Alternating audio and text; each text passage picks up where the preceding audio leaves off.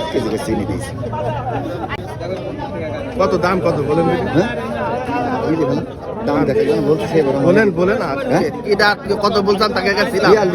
42 4200 যা বিক্রি করেন তাই বলেন। হ্যাঁ এই ভার 1900-2000 করে বিক্রি করে প্রত্যেক দিন। 1900-2000 আজকের হাটে আপাতত হবে না।